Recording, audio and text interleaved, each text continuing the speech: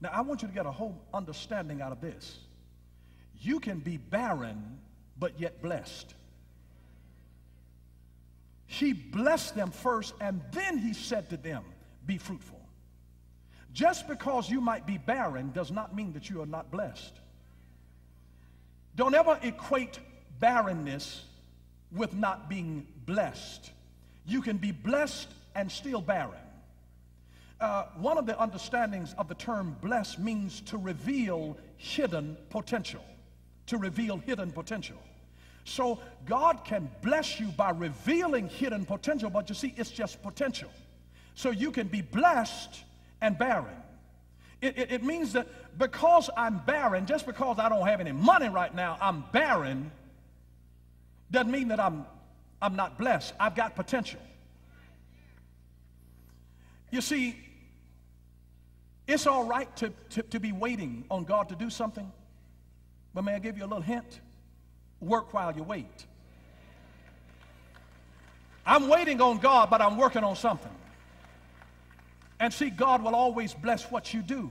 He will always bless what you do. You have to be waiting on God, but then working on something.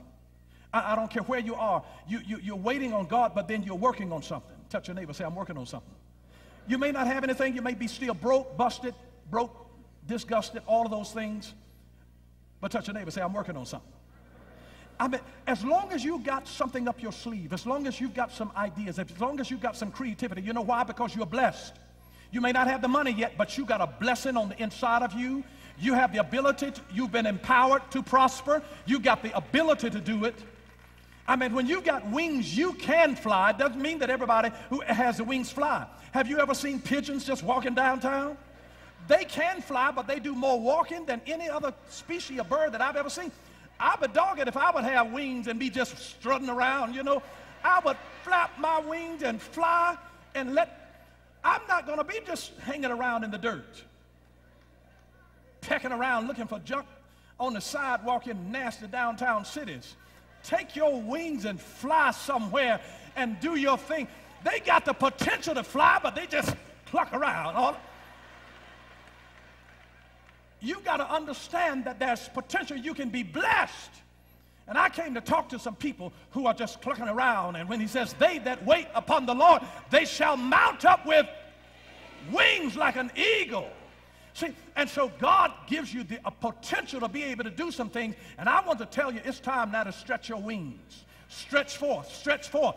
Sometimes God will tell you to do something that's almost impossible in your eyes. He took a man with a withered hand, and Jesus told the man, stretch forth your hand. It was impossible for him because his hand had atrophied. He'd had a palsy, a stroke or something, and his hand had just dried up. The muscles there had just deteriorated. And Jesus told him to do the impossible. He said, stretch it forth.